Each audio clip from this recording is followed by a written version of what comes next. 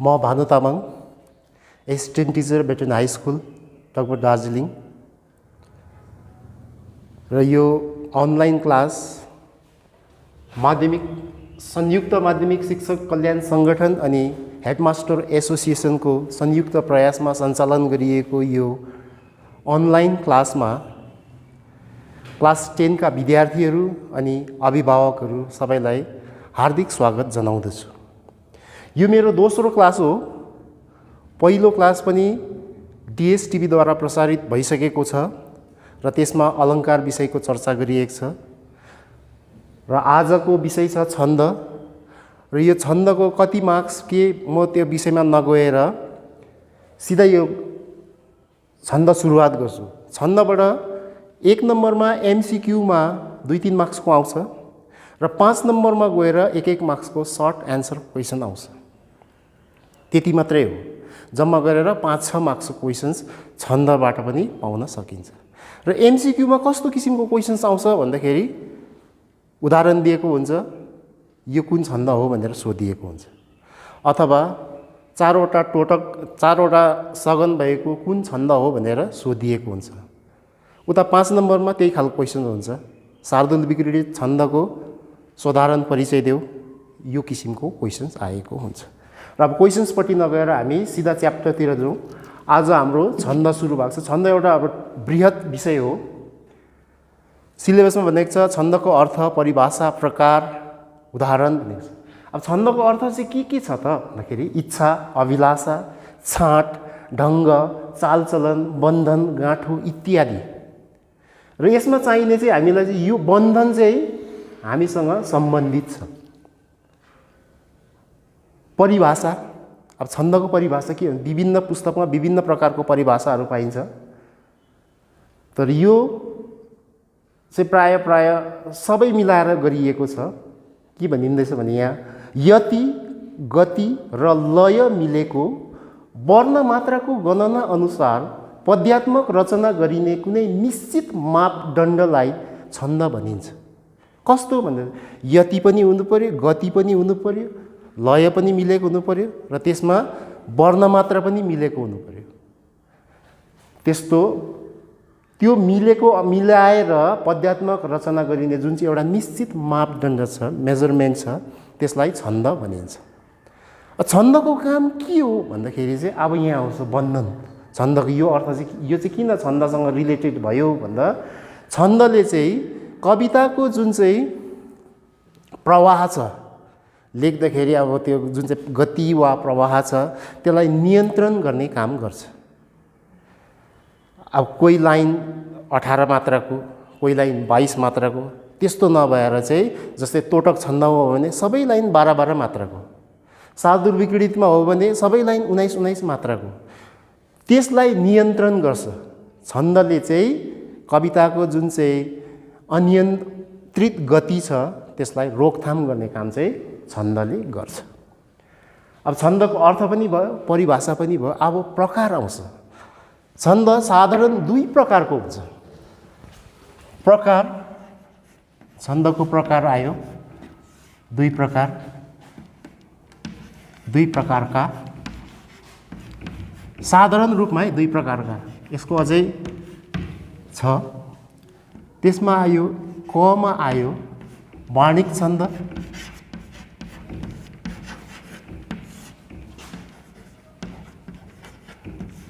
खमा आयो मात्रिक छन्द, मात्रिक छन्द।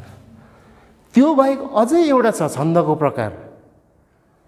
त्यो चाहिँ कुन हो भन्दाखेरि चाहिँ जातीय छन्द। कतिजनाले चाहिँ जातीय छन्दलाई गणना गर्दैन र छन्द साधारण 2 प्रकारका भनेर भनेका हुन्छन्। तर गमा हामी जातीय छन्द पनि लगाउनुपर्छ। आफ्नो आफ्नो भाषाको, आफ्नो आफ्नो जातिको आफ्नो आफ्नो छन्द छ। जस्तै हामी जातीय छन्दमा सेलो, सवाई, झ्याउरे हाम्रो नेपालीको आफ्नै जातीय छन्द हो नि। त्यो नेपाली भाषा बाहेक अरू भाषामा त्यो छन्द पाइँदैन। त्यस्तै प्रकारले फारसी, उर्दूहरूको पनि आफ्नो आफ्नो जातीय छन्द छ। जस्तै रुबाई भन्छ, अहिले त नेपालीमा पनि रुबाईहरू लेखिन्छ। रुबाई फारसीको छन्द हो, गजल पनि फारसीकै एउटा छन्द हो।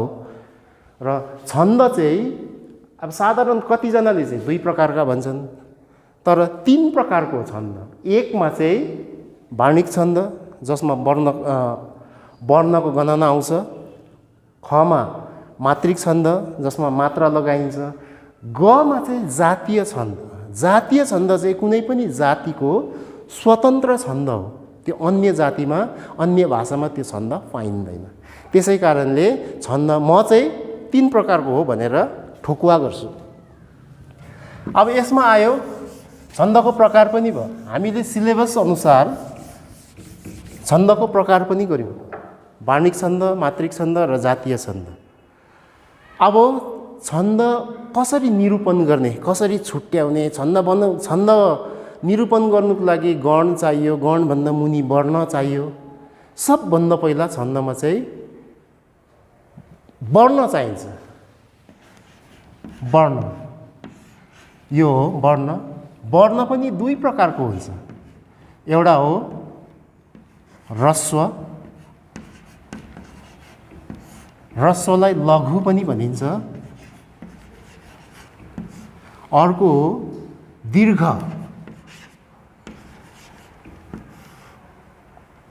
दीर्घलाई गुरु पनि भनिन्छ। पहिला वर्ण चाहियो छन्दको लागि।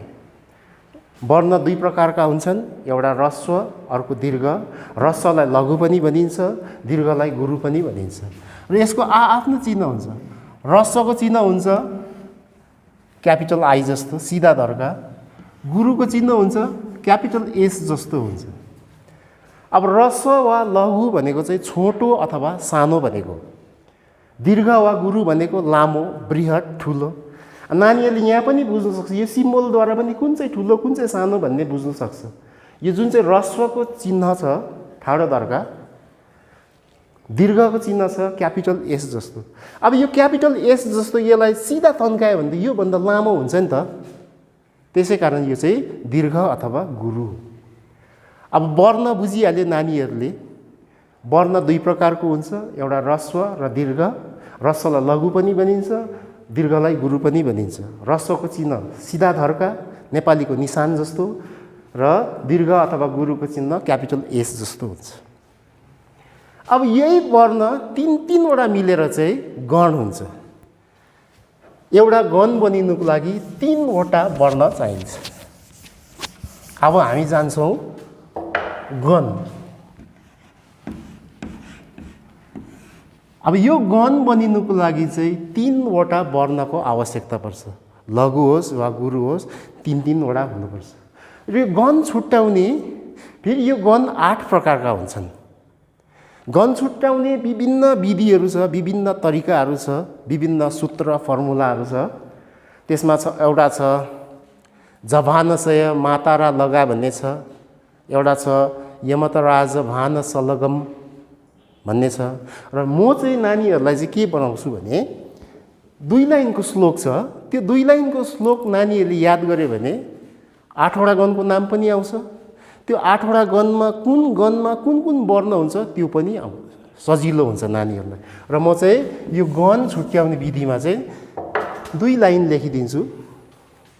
अब यो जुन चाहिँ 2 लाइनको श्लोक भनौँ यो सजिलोसँग छ। यो 2 लाइनको श्लोकमा 8वटा गणको नाम पनि आउँछ, कुन गणमा कुन वर्ण छ त्यो पनि आउँछ। कस्तो भन्दाखेरि यसलाई लय हालेर पनि पढ्न सकिन्छ। आदि मध्यान्तमा जान्नु भजस गुरु हुन्छ है, य र त लघु नै मान्नु, नम हुन् ह्रस्व दीर्घ नै।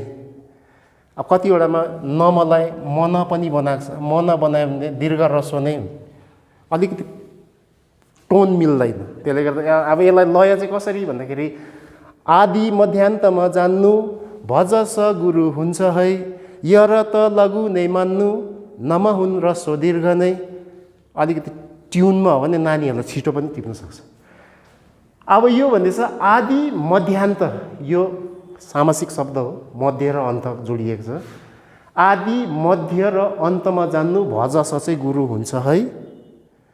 त्यहाँदेखि यहाँ लेखेको छैन फेरि आदि मध्य अन्त भनेर, यो पनि त्यही बुझ्नुपर्छ। य र तको चाहिँ आदि मध्य अन्तमा लघुमा नु भनेको छ। नमा हुन ह्रस्व दीर्घ नै। अब यो नानीहरूले यो अब हेर्दाखेरि टेलिभिजनबाट हेर्नु पनि सक्छ, हेर्दै टेलिभिजनबाट नै हेर्छ। अनि अर्को कुरो फेसबुक व्हाट्सएपतिरबाट पनि हेर्छ। र त्यति बेला चाहिँ यसलाई चाहिँ स्क्रिनसट गरेर राम्रो बुझ्नु पनि सक्छ नानीहरूले। अब यसलाई बुझाउनुको लागि चाहिँ एउटा टेबल बनाउनुपर्छ, सानो टेबल बनाउनुपर्छ। यो म त्यस अब कस्तो भने म यिनै बनाइदिन्छु सानो टेबल हेरे।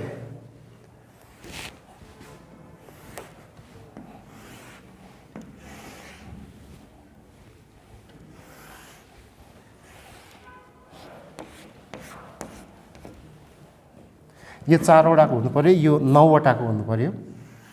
यहाँ गण हो, यो आदि हो, म छोटोमा लेख्छु आदि। यो मध्य हो, यो अन्त हो। 1 2 3 4 5 6 7 8। नानीहरूले यो स्केलले एकदमै मेजरमेन्ट गरेर बनाउँदा पनि भयो। 1 2 3 4 5 6 7 8 8वटा।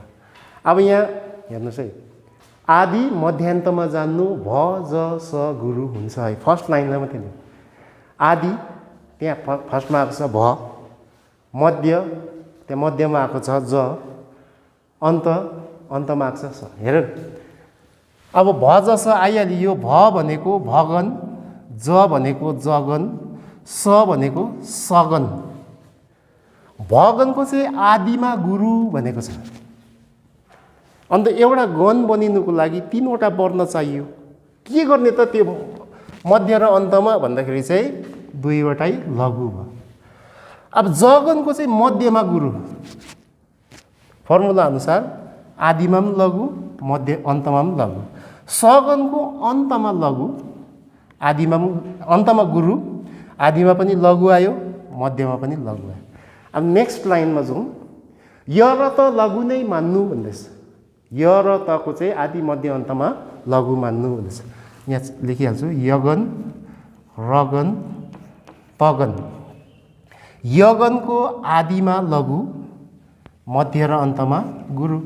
किन एउटा गण बनिनुको लागि 3 वटा वर्ण चाहियो। रगनको मध्यमा लघु, आदि र अन्तमा पनि गुरु। तगनको अन्तमा लघु, आदिमा पनि गुरु, मध्यमा पनि लघु। यहाँसम्म पनि सकियो। अब आउँदैछ नमा हुन ह्रस्व दीर्घ नै भन्दैछ। न चाहिँ नगन चाहिँ ह्रस्वै ह्रस्व, किन यहाँ पहिला न छ, यहाँ पहिला ह्रस्व छ। न अथवा नगन चाहिँ ह्रस्वै ह्रस्व, 3 वटा लघु अथवा ह्रस्व। नगन चाहिँ कहाँ मध्यमा गुरु अन्तमा गुरु भन्ने छैन, यो 3 वटा लघुै लघु, ह्रस्वै ह्रस्व। मगनको चाहिँ 3 वटा दीर्घै दीर्घ। अब यो 2 लाइनको फर्मुलाले के बुझायो भने गण 8 प्रकारको गणको नाम पनि आयो। कुन गणमा कुन कुन वर्ण हुँदो रहेछ, कुन कुन ठाउँमा। 3टा वर्ण मात्रै भएर पनि भएन, कुन वर्ण कुन प्लेसमा हुनु पर्यो त्यो पनि आउँछ। र यो फर्मुला सजिलो छ। आदि मध्यान्तमा जान्नु भ ज स गुरु हुन्छ है।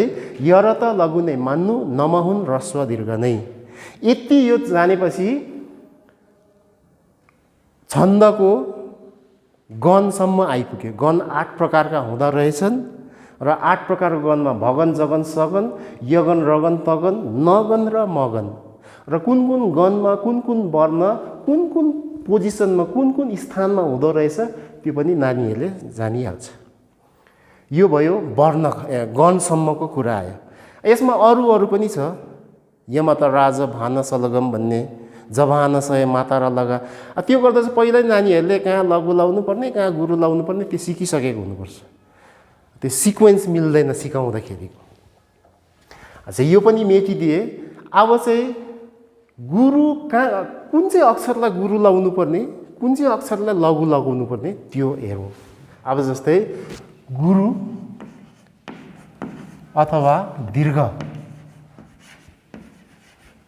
यो जसको जुन चाहिँ सिम्बल छ यो चाहिँ कहाँ लगाउनु, अथवा लघु ह्रस्व र लघु कसरी लाउनु, कुन चाहिँ अक्षरलाई एस जस्तो लाउनु, कुन चाहिँ अक्षरलाई आई जस्तो लाउनु भनेर यसको थुप्रै नियमहरू छ। अब फर्स्टमा जान्छौँ हामी ह्रस्व। एक मात्राको अक्षरलाई ह्रस्व भनिन्छ। एक मात्रा जस्तै एक मात्रामा चाहिँ के आउँछ भन्दा चाहिँ अ, छट्टाई,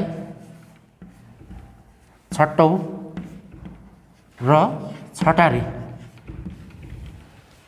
यो जुन चाहिँ स्वर वर्णको एक मात्राको छ अ, छट्टाई, छट्टौ, छटारी र योसँग जोडिएको जति पनि व्यञ्जन वर्णहरू छ त्यो जम्मै लघु हो, एक मात्राको अक्षर हो। त्यसलाई जम्मै यो लघु लगाउनु पर्छ। कस्तो भन्दाखेरि क जोक अ बराबर क भयो, क लघु हो। त्यस्तै प्रकारले यो छटाइकर लगाउँदाखेरि क छटाइकर, छटौकर लगाउँदाखेरि क छटौकर, छटारीकर लगाउँदाखेरि क छटारीकर। यिनीहरू चाहिँ एक मात्राको अक्षर हो। यिनीहरूलाई जम्मै लघु लगाउनुपर्छ। त्यही अनुसार ख, ख छटाइकर, ख छटौकर, ख छटारीकर जम्मै एक मात्राको अक्षर हो। एक मात्राको अक्षरलाई हामी लघु चिन्ह लगाउनुपर्छ। अब दुई मात्राको चाहिँ कुन कुन हो त भन्दाखेरि दुई मात्रामा चाहिँ आउँछ आ, बढाई, बढौ, बढारीकर आएन, ए, ऐ, ओ अनि औ। यिनीहरू जम्मै दुई मात्राको अक्षर हो। अब एक मात्रा बुझिहालेपछि अब दुई मात्राको दुई र योसँग जोडिएको जति पनि व्यञ्जन वर्णहरू छ त्यसलाई दीर्घ अथवा गुरुको चिन्ह लगाइन्छ। जस्तै क कै दिन्छ क जोक आ बराबर क आकर का, क जोक बढाई बराबर क बढाई कर, क जोक बढौ क बढौ कर, क जोक ए क ए कर के, क जोक ओ क ओ कर को, क जोक औ क औ कर कौ। यिनीहरू जम्मै दुई मात्राको अक्षर हो। क आकर, क बढाइकर, क बढौकर, क एकर, क ओकर, क औकर जम्मै दुई मात्राको अक्षर हो। यसमा जम्मै नै हामीले दीर्घ अथवा गुरुको चिन्ह लगाउनुपर्छ। यो भयो साधारण मात्राको कुरा मात्रै हो। अब नेपाली धेरै अप्ठ्यारो छ। संयुक्त अक्षर हुन्छ, चन्द्रबिन्दु, रेफ, अनुस्वर, विसर्ग, हलन थुप्रो छ। त्यस्तो भएको अक्षरहरूलाई चाहिँ के लाउनु त भन्दाखेरि संयुक्त अक्षर।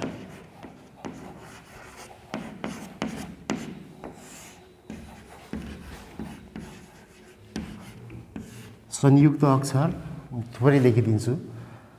संयुक्त अक्षर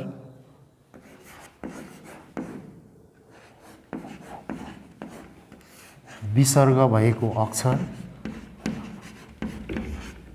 अक्षरै विसर्ग भएको अक्षर, रेफ भएको अक्षर, संयुक्त अक्षर, रेफ भएको विसर्ग भएको अक्षर, रेफ भएको अक्षर, हलन्त भएको अक्षर। अहिले यति चारवटा गरिराखौँ। यो सबै यो संयुक्त अक्षर, विसर्ग, रेफ, हलन्त भएको अक्षर जुन चाहिँ छ त्योभन्दा अघिल्लो अक्षरलाई यदि लघु छ भने गुरु बनाउनुपर्छ। जस्तै संयुक्त अक्षरको एउटा उदाहरण सम्झना, सम्झना। अब यो जुन चाहिँ संयुक्त अक्षर छ, संयुक्त अक्षरमा यहाँ मैले उदाहरण लेखेको छु सम्झना। सम्झनामा चारवटा वर्ण छ, दन्तेस, म, झ संयोग, दन्तेन आकार छ। अब यो छन्दको नियम अथवा सूत्र अनुसार चाहिँ के भनिँदैछ भने संयुक्त अक्षरको अघिल्लो अक्षर यदि लघु छ भने त्यसलाई गुरु बनाउनुपर्छ। पहिलाबाटै गुरु छ भने त्यसको मात्रामा, त्यसको वर्णमा केही पनि तलमाथि हुँदैन। तर पहिलाबाटै त्यो चाहिँ लघु छ भने चाहिँ त्यसलाई चाहिँ संयुक्त अक्षरको अघिल्लोपट्टिको अक्षर भएको कारणले गर्दा यसलाई गुरु बनाउनु पर्छ। र संयुक्त अक्षरको चाहिँ गन्ती आउँदैन।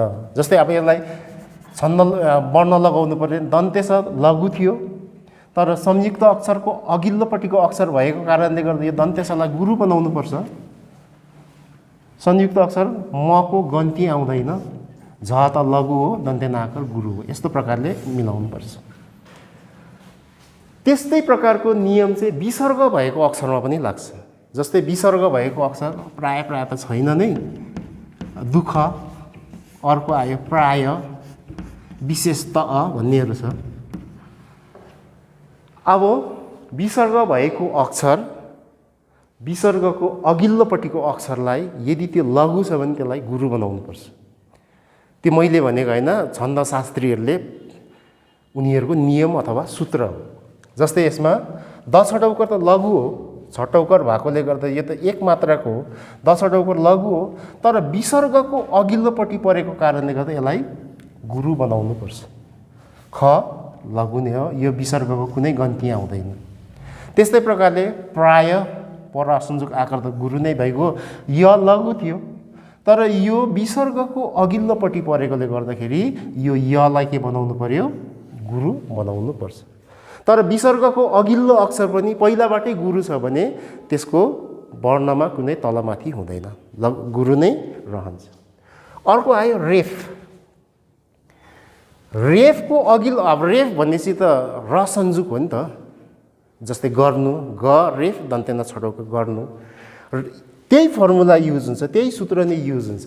रेफ भएको अक्षरलाई लघु छ भने गुरु बनाउनु पर्यो र रेफको गन्ती आउँदैन। जस्तै अब रेफको म यहाँनिर उदाहरण लेखिदिन्छु। जस्तै पर्छ, पर्छ, छर्छ, गर्नु सबैमा रेफ आउँछ। प त लघु हो, तर रेफको अगाडि परेको कारणले गर्दा नियमअनुसार, छन्दको नियमअनुसार यो पलाई के बनाउनु पर्यो, गुरु बनाउनु पर्यो, रेफको गन्ती हुँदैन, छ लघु नै हो।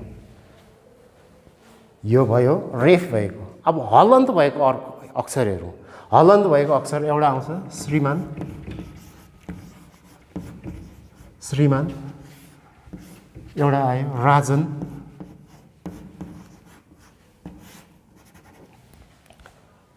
अब यो तालबेस रसन, अब यो हाम्रो केटाकेटी कतिजना बुझ्दैन यो श्री यसरी लेख्दैन, यसमा यो त तालबेस र संयुक्त मात्रै हो नि त, कतिजना केटाकेटीले चाहिँ बुझ्दैन, यो त कखमा त आउँदैन त, अ आमा पनि हुँदैन भन्छ। यो तालबेस र संयुक्त हो, यो गुरु भइगयो। म आकार पहिल्यैबाटै गुरु छ, दन्ते न हलन, अन्त यो म आकार पहिल्यैबाट गुरु छ, फेरि हलन्त भएको अक्षरको अघिल्लो अक्षरलाई गुरु बनाउनु भने त डबल गुरु होइन नि। यो यसमा केही तलमाथि हुँदैन, म आकार पहिलाबाटै गुरु थियो, गुरु नै रह्यो, यो दन्ते न हलनको गन्ती आएन। अब राजन मेरो, राजन र आकार गुरु हो, ज त लघु छ नि त एक मात्राको भएकोले गर्दा, तर हलन्त भएको अक्षरको अघिल्लोपट्टि परेकोले गर्दा यो जलाई के बनाउनु पर्यो, गुरु बनाउनु पर्यो, अनि यो दन्ते न हलनको गन्ती आएन।